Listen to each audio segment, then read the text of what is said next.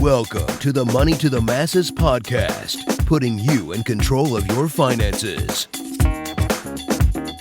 One is an expert with years of experience giving free advice. The other owns his own microphone and can do the odd bit of editing. Here are your hosts, Damien Fahy and Andy Leeks. Now, Damien, before we get on with this week's podcast, you had something quickly to say about our sponsors. Yeah, we've got a new sponsor, Money Farm, and Money Farm are an online investment advisor and one of the biggest digital wealth management companies in Europe. So a big thank you to them for sponsoring the podcast. Now, Money Farm create portfolios to maximise long-term returns using ETFs to make incredibly cheap portfolios. And you even get the first £10,000 of your portfolio invested without any charge from Money Farm. And if you enter the code MTTM20K into the box when you sign up, you get the first £20,000 of your portfolio invested and run by moneyfarm.com without any charge. Great stuff. On with this week's show. Hello and welcome to episode 99 of the Money to the Masses podcast with your resident expert, as always, Damien Fahy and me, Andy Leeks. Damien, how you doing? It's good to be back, Andy. 99. We're nearly at the 100. Nearly at the big 100, and funnily enough, it seems like it kind of works beautifully that it's been about 99 degrees Fahrenheit this week. It's going to be 100 degrees ready for the... Although, actually, that's Fahrenheit, isn't it? Yeah, we'd have been literally burning. But you say that, Andy, I almost did this podcast topless because it is so hot.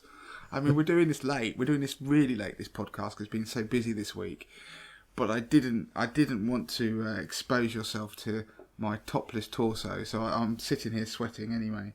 So how's your week been, Andy? Yeah, not really much going on in my life, to be honest, Damien. Just been getting pretty hot. I work from home and I've got a home office, which is basically a wooden box. So trying to work in 30 odd degree heat in a wooden box is not particularly comfortable, but you know, we have to do it. Anyway, it sounds like you had a far more interesting week than I. What did you get up to? Well, Andy, I've been moonlighting. It's not only you that wanders off and starts talking to other people on the radio. I had a radio day, and for those people out there who don't know what a radio day is, it's essentially me talking to 2.5 million people on 10 different radio stations in about 5 hours. So that was on Wednesday. And so there's quite a lot of prep and stuff like that. So I'm going to talk about it a bit more and what I was talking about on that. So I didn't just talk to Moonlight with one other presenter. I did it with 10 to 12 other ones, Andy. So none of them were as good as you, I have to say. But one of the things that prepped me brilliantly is I was never in the same room as any of them. And just to give a little bit of magic away on this podcast, we often aren't in the same room, are we, Andy? We do sometimes record these things remotely because of our busy schedules, and I didn't see a single person that day while I was recording it. I was sitting in a room in the middle of London talking to people in Scotland, Bristol, Lincoln, and a whole host of places I have no idea where they were. Yeah, that must be a bit strange sitting in. At least we do it via the magic of the internet, and but we do use at least a program whereby we can see each other while we talk, so we can see when the other one wants to interject, and we can, as I am doing now, talking with my hands, and you can see me sort of gesticulating. It must be quite weird, not even because I'm assuming you don't even see them at the other end. Is that right? This is something that it's quite interesting actually for people who listen to the radio. This happens a lot. Because it will be the first piece of the podcast what I was talking about. But what actually happens is you sit in a studio that's rented out. It's actually not owned by any of the radio stations. It's just a private studio that they use to record things like podcasts and occasionally do odd bits of sound recordings, musicians and stuff like that. But you hire the studio, you get like a producer who just links you up to all the different stations. You have a bit of a chat off air, and then you just go live, and you then speak to the other person. You don't see anybody. There's no visual thing going on. But of course, it happens a lot. So what we were able to do, from being in London, we were able to do nearly every breakfast show around the UK and keep flipping from one to the next. We were 1 minute I did Jazz FM first of all. Then I ended up in Bristol, like I said, Lincoln, South West. We did in Norfolk. We did BBC Scotland. We went seriously around the whole country. We did a couple in Northern Ireland. and it allows you to do lots of different things. But what's really funny is that I actually completely lost the plot who I was talking to half of the time, and we had to do the different regional things and talk about different stats. And the only reason I could even gather who it was, like, oh, who's up next? Okay, right, Scotland. It's because I could hear the Scottish accent of the person I was talking to. But it was good fun. And if you want to see a picture of what it looks like, go and look on our Instagram, Twitter, Facebook pages, because you'll see a picture of me grinning like an idiot and waving to the camera dressed as a pirate. Well, so a few people have said I look like a pirate with a dodgy beard and a stripy top, but go and have a look. It was brilliant. It was brilliant fun. And so that was the highlight of my week. Great stuff. So is the podcast going to follow that theme, or are we going to talk about similar things to what you were talking about on the radio? Yeah, well, what I'm going to do is going to be about 3 or 4 stories I'm going to talk about. The first one is related to the radio day, which was all around Brexit. This next piece is going to be on a little bit on fees on investments, because there's a new piece of research came out that was interesting. Something that also, there's a piece about, we did behavioural finance, I think it was last week or the week before, which proved incredibly popular. We had 2 of our best ever download days, didn't we, after that episode? And yeah. I'm doing another, just a quick piece. It's quite interesting, and it's about why your brain, your physiology really, determines whether you are a big spender or you like to save money. So actually, it might not be your fault or at all the way you are. So it's actually, that's quite interesting. And the other piece I will come on to when I can actually remember what it is. Is that somebody asked me a question about how to drip money into the markets when you're investing. What's the optimum time? So I want to do that, and I want to have a moan about the money advice service as well. So there's quite a bit there. So I'm going to rattle it off. Let's go to the stuff I was doing on the radio. Now that was a piece of research that was focused around Brexit, and there was a company who did carried out a piece of research, asked 2,000 people to value themselves. So they had to add up all their assets, they had to take away all their liabilities like mortgages and debts, and then they had to add in their 1 year's salary and then their soft monetary things. By that I mean they asked people to place a value on the time they spend with their family, looking after people, caring, so that sort of stuff, because it actually does have a value. Because if you suddenly were to die or lose your job, those sorts of things, obviously those people will be missing you, and that would have to be replaced in the monetary way anyway. The point was, they asked people to value themselves, which was quite interesting, but then they asked them to predict whether they felt they would be better off or worse off if we have a Brexit. Now, the big headline number, it was really popular because obviously it's Brexit related, and the headline figure was that 1/3 of people interviewed actually thought they were going to be worse off as a result of Brexit, and on the flip side, there was about 7% of people thought they would be better off. The value of their assets would go up, but actually it was very pessimistic in general, the survey. But the other side, there were 18% of people who thought their job prospects would be worse, and then there was 6% of people who thought it would be better. But so again, it was the story of this research was that people were, by and large, pretty pessimistic of what a Brexit would mean. But of course, there were regional stats, and that is why we were doing that whistle-stop tour around the UK, because different regions had variations away from those UK averages. And to give you a quick roundup of just some of London obviously topped everything, being the highest house prices, all that sort of stuff. So the people who were the most optimistic, the most pessimistic. The outside of London, the people with the most assets were the West Midlands and the East Midlands. So the Midlands apparently are clearly quite affluent. The people who placed the most value on their non-work activities were in the North East. So those people are undeniably happier than the rest of us. Another thing they did in the research, they asked people what made them happy, and 73% said that it was time with their family, and only 11% said it was spending time at paid work, which I'm amazed that even 11% of people said that. But it was 73% time with their family, 56% time to themselves, and 22% caring for others. So it was quite nice because it actually showed you that the old thing, the best things in life are free, and what makes you happy is not going to work. So it was quite an interesting piece. The like I said, the average person is worth £270,000 apparently in the UK, but that's quite skewed by London, although the average person in London is nearer 600,000. So I must be doing something wrong, because they clearly are asking some quite affluent people. Interestingly, men valued themselves at twice as much as women. Yeah, I saw that as a headline actually on one of the papers actually following the radio day. I think it was the Metro or something picked up that. Yeah, but they asked me why. Why did I think that? And I mean, obviously, I have no clue. But the only thing I can think is that men have. It's just a general trend in finance that men are the biggest consumers of financial journalism and that sort of thing. We see it with Money to the Masses. There's a definite good divide between men and women, but there are obviously marginally more men. So that's the only thing I can think, or that men have a overinflated perception of their self-worth, which is probably nearer the truth.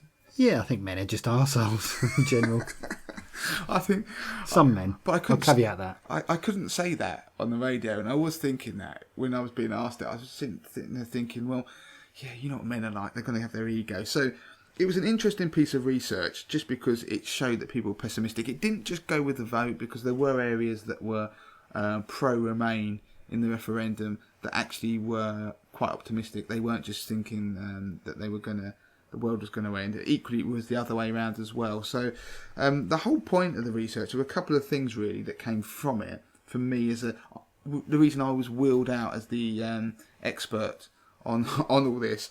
Rent-a-gob. Yeah, the rent-a-gob, the talking head, was to actually give people advice of what should they do then if they're worried. And I'll rattle these 4 off before we move on.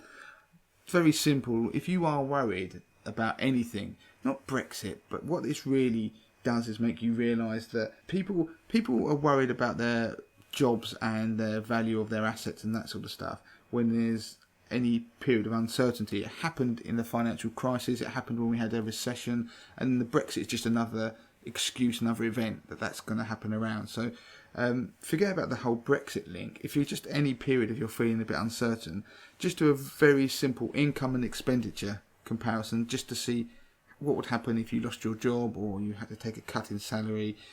The good old building emergency fund, although if you can't do that, there are insurance policies out there that can plug the gap in the meantime if you get made redundant. So you can look on the website Money to the Masses or email me about that if you want a bit more info. Clear debt is the next thing I would say. Avoid taking out any more, even though the Bank of England is desperate for you to do so. And the only other exception to that is remortgaging, because it's a good time to remortgage. And don't bother saving, because you're not going to earn any money. I mean, obviously, if you're not into investing, then yeah, stick your money in savings accounts, but you're not going to make much money. And it's been a fantastic opportunity to invest. The whole Brexit thing and uncertainty is when you're probably going to pick up some bargains if you're brave enough. So yeah, do think about that if you want to grow your wealth. And that's the end of that slot. But there's one thing I want to have a bit of a rant about, Andy, if you don't mind. And you can just... No, absolutely not. I'm used to it. The Money Advice Service, okay. On one of the interviews, I had the Money Advice Service wheeled in with me. What actually happened, and this is again a behind-the-scenes bit of info about how this sort of stuff plays out. BBC Scotland has about 1 million listeners, and so fewer than us, Andy. Nice.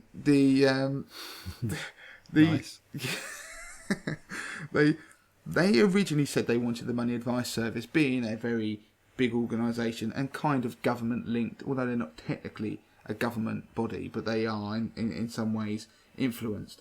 And they wanted somebody, a spokesman from there. So the guy in the Money Advice Service, literally almost minutes before that interview was due to go out, when they rang up and said they were going to pull the plug and not turn up. And of course, that was a slight issue because it'd all been sort of teed up. And so I then went and did I did BBC Scotland as well and spoke to them on the whole thing. They contacted me and said, would you do it? I said, yeah, of course I would, I don't mind. Because what was the problem is the Money Advice Service did not want to talk about Brexit. They said they were not allowed to talk about Brexit because of if they didn't want to be seen in any way criticising the government. Now, I think that is ridiculous because the Money Advice Service, a body that is paid for, it had budgets of £60 million, and it is funded by a levy on the financial services, not directly by government. And the whole point of those sort of bodies, if they're going to be any good and help consumers, if they talk about things that consumers are worried about. So they will only talk about clearly the things that the government won't get upset about. So Brexit, anything about Brexit, if the person said how could they prepare if they're worried about Brexit, how could consumers, that is, prepare?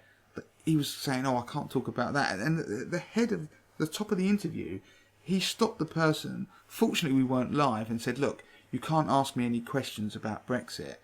Damien's going to have to deal with them. And so that was the compromise, that we both, me and the Money Advice Service spokesman, were on air, and I had to deal with that side of things. And don't get me wrong, I know the guy actually who is the spokesman for the Money Advice Service. He's a very good money blogger in his own right, and hopefully one day he'll quit the Money Advice Service and do that on his own, because you could see his hands were tied, his wings are clipped by probably working there. That's just my opinion, not his. Yeah. Sure. But it's just frustrating that there's this body that people, they spend all that money and it's on the TV and you see adverts, or you used to anyway, and they aren't able to even answer the problems that people have out there. And what I'm getting at, Andy, they should be giving people like you and me £60 million to help the public, because it just is so frustrating, and people don't realise that. They are led to believe that these companies and corporations or whatever they are, the government kind of bodies will help them, and they won't. So it's left to the likes of me and you, because everybody else out there won't bother. Anyway, my rant is over, but that's just to show people what really goes on live radio and stuff like that. You get these paddies being thrown in the background and people saying, I can't talk about this or that. Whereas me, on the other hand, I talked about anything, absolutely anything. There was no holds barred. I even did some listener questions, which was quite entertaining. Good stuff. Okay, the next bit I'm interested in, you were talking about there's something in the brain that sort of makes you spend, and perhaps it isn't always your fault. I've got a feeling that I've got a ready-made excuse now for my wife next time I make a ridiculous purchase. So I'm all ears on this one. What's this about? Right.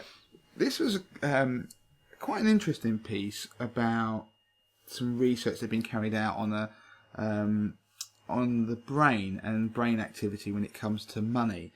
Now, apparently there's a part of your brain called the insula or insula. I've heard two different ways of that being pronounced. But basically, this part of your brain, which I'll call the insula, which deals with uncomfortable feelings, things like disgust, anger, sadness and fear. And apparently, when something happens that you don't like, this part of the brain gets triggered. Okay, and so it becomes, you get a lot of activity in this particular area, and they can see it when they monitor your brain waves.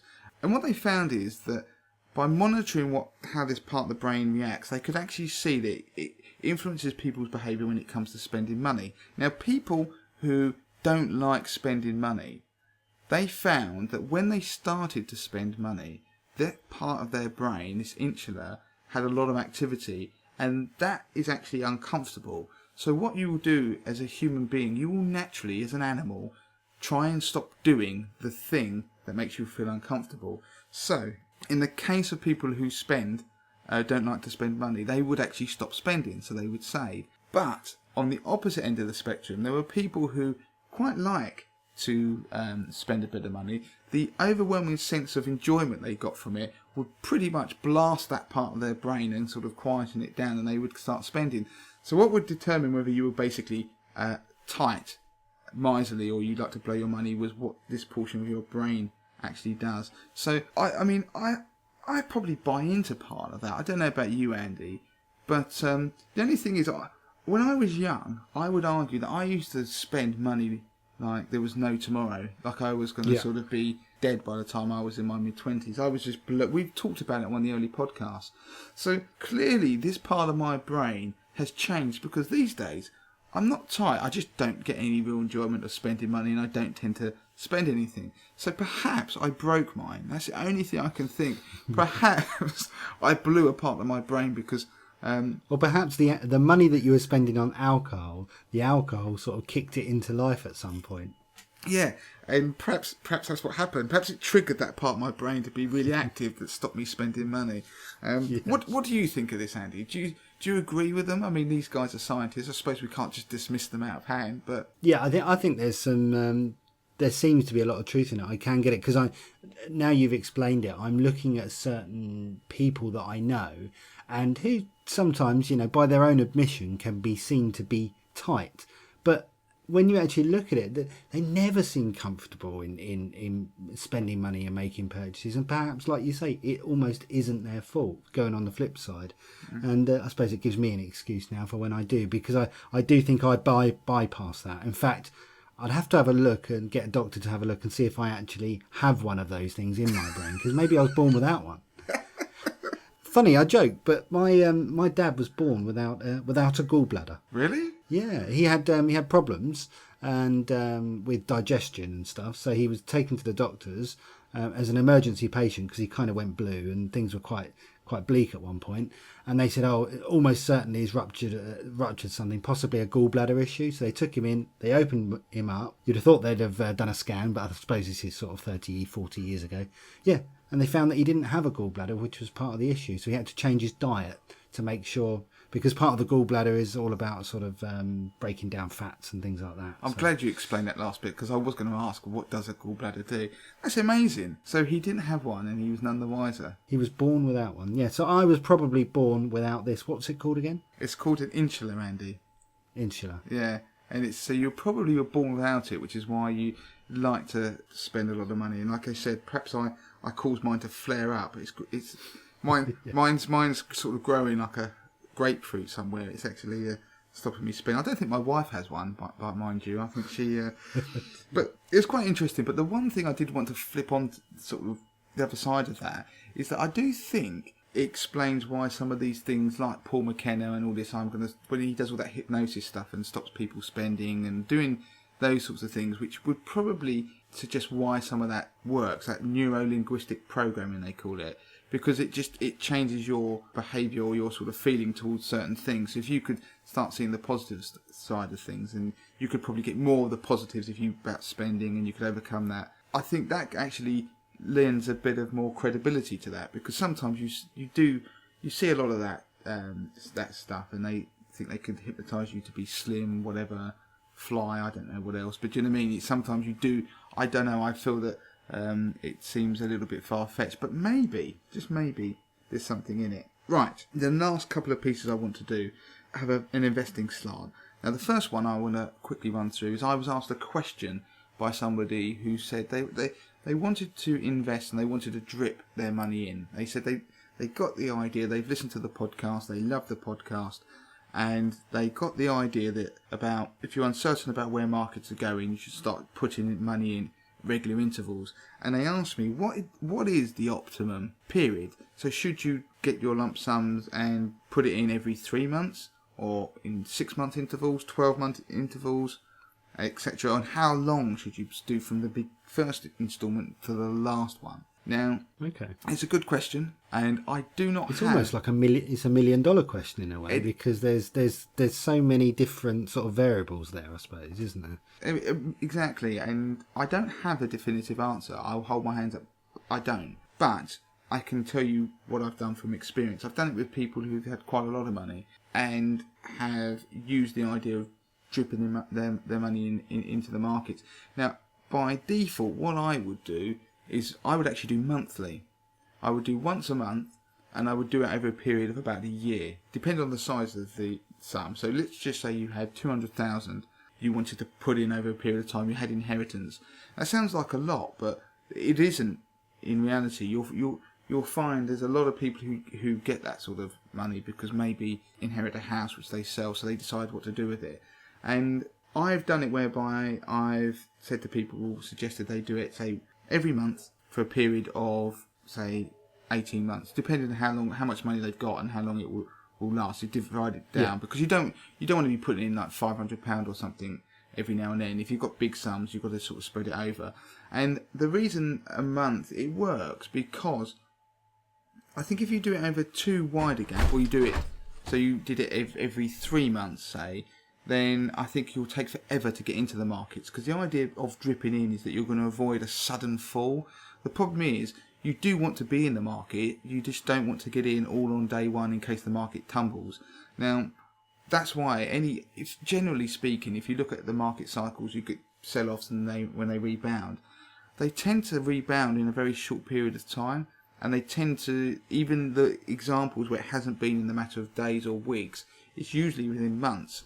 So I would say, personally, my experience and gut feel is I would do it monthly, and probably up to a period of about a year, possibly 18 months, depending on the size of the money. Now, when I did some research actually for 80/20 Investor, looking at periods of time when, to use the idea of momentum, where you switch funds every so often, I did different periods, so 6 months. So let's say I had a portfolio, I invested for 6 months, then reviewed it and changed the funds. Do you know what I mean? Kept repeating that pattern. I did different time scales, and the shorter the time scale, generally, the better. But there is obviously an optimum point where you start getting too short, and I think you're swapping around too much. And anything less than a month is that period where it's too short. So 3 months is fair enough. But the point is that I don't think it really matters which of the time periods you do, as long as it's probably less than 6 months. If you do it every 6 months plus, you're dripping money in. I think you're actually going to start missing the sort of market cycles that go on. So that's my gut feel on that one.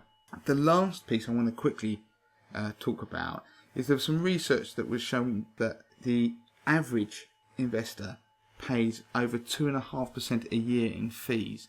Now, we talked about fees recently. Do you remember on a previous podcast and about how to cut them? We did, yeah. So go back and listen to that. But what was interesting is that the amount of money, it was 2.59%, I think the actual figure, that the average investor pays a year. That has only fallen 10% since their retail distribution review. Do you remember that RDR, that thing that happened a few years ago that was meant to try and reduce the charges in a way because it stopped commission payments and all that sort of stuff? But it just shows it's not having a bigger impact.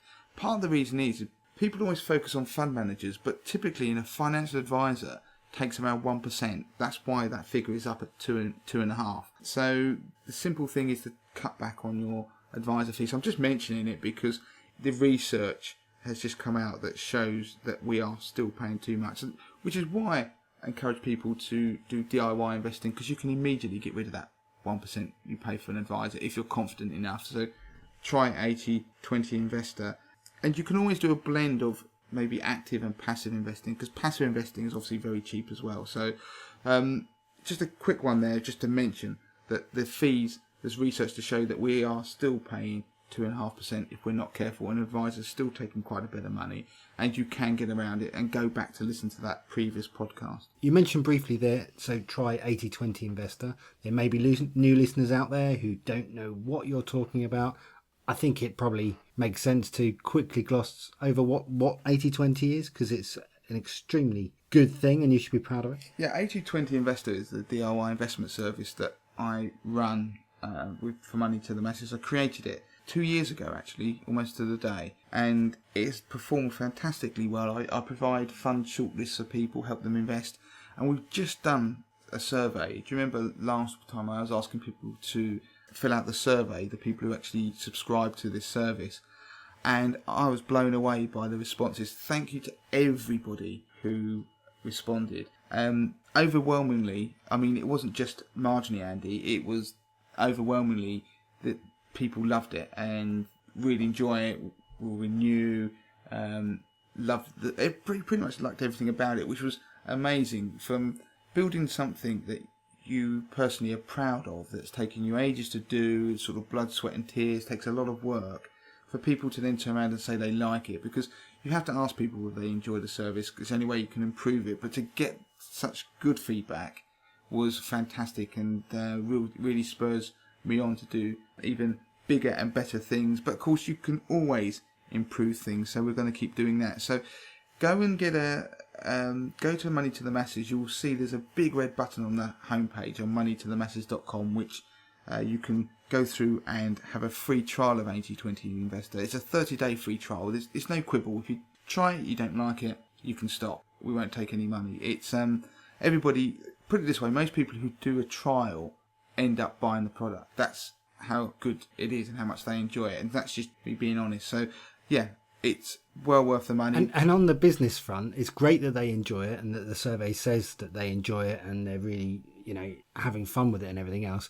But on the business side of things, not only are they enjoying it, they're making lots of money on it, which is kind of the idea as well. So it's, hats off to you for designing a service which is empowering people not only to make their own decisions, but to make good money while making those decisions. Well, do you know one of the things that, a little bit of a snippet, that based on when I was on the survey results, I can see that people have made, together, they've made millions. That's what we can see. You can see that by doing, from the 2 years that I've been running this and the people who've been doing it, together what they're investing through 80/20 Investor, that's what we can see that they've made, which is brilliant. I mean, I'm blown away, not because obviously my portfolio is up and outperforming the market. That's not surprising in terms of they've made money. But when you actually then start putting values on it, I love that. I love the idea that we're helping people to run their own money, enjoy investing, read around it.